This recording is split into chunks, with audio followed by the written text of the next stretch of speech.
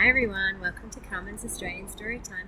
Today I am up at beautiful Mullaney and we are looking out across back towards the ocean right now. Can't see it from here, but I am doing a special read for a special girl of mine who I've read to before, but she asked me to read another book about a koala. This one is called Koala Bear, but it's not a bear as in a grizzly bear or a polar bear or a brown bear. This is the other word bear, B-A-R-E, which means, I wonder, because that bear means no clothes on. So let's see. It's a Dracky French book, one of my favourites, and illustrated by Matt Shanks. Let's see what the blurb has to say. For too long, koalas have been called bears. But this koala is out to prove to the world that he is bear.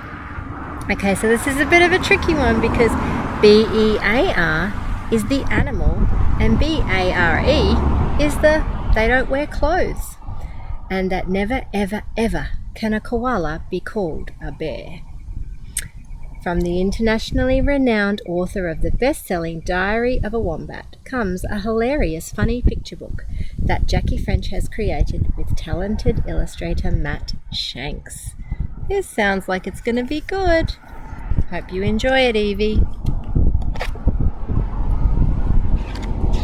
Bit windy again today. Get this label off my toe. You study bears, so you should know. Yes, there is the panda bear, the brown bear, another type of brown bear, a polar bear, a honey-eating bear, but koalas are not bears. I may be funny, fat and square, but I am definitely not a bear. Look at this bear in the honey. Who wants blue or yellow fur? Bears for sale. Grey is the colour I prefer. Oh, and it's a rhyming book. Thank you, Dracky French. Love the rhyming books. He's broken everything on the shelf. I think he's a little cross about being called a bear. Don't like picnics. Don't drink tea. Just want leaves from my gum tree.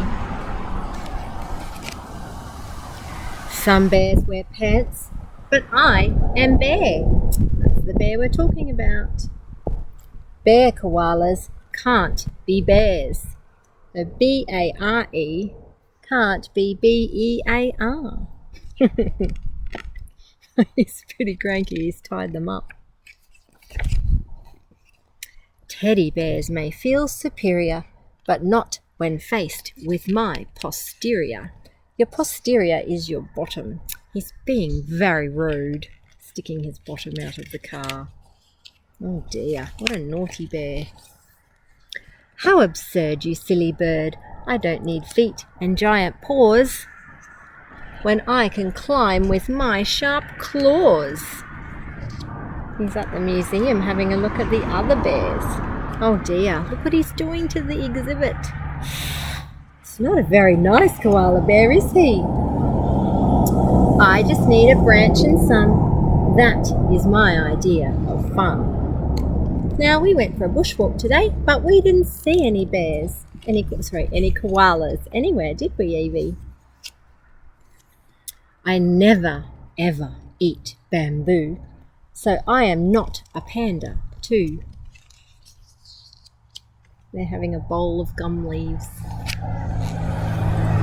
Poor polar bears must often wish for food that doesn't squish like fish. Oh, hear the sh sound? Squish and fish. Can't imagine a koala eating fish. I don't need to hibernate. Come on now, wake up, mate. Hibernate is when the bears go to sleep. Some of them go to sleep for up to 6 months. They stay asleep over the maybe over the winter period when it's cold and they come out to have a big feed because they must be super hungry after all that time. Don't like porridge, cold or hot. Bears like honey. I do not.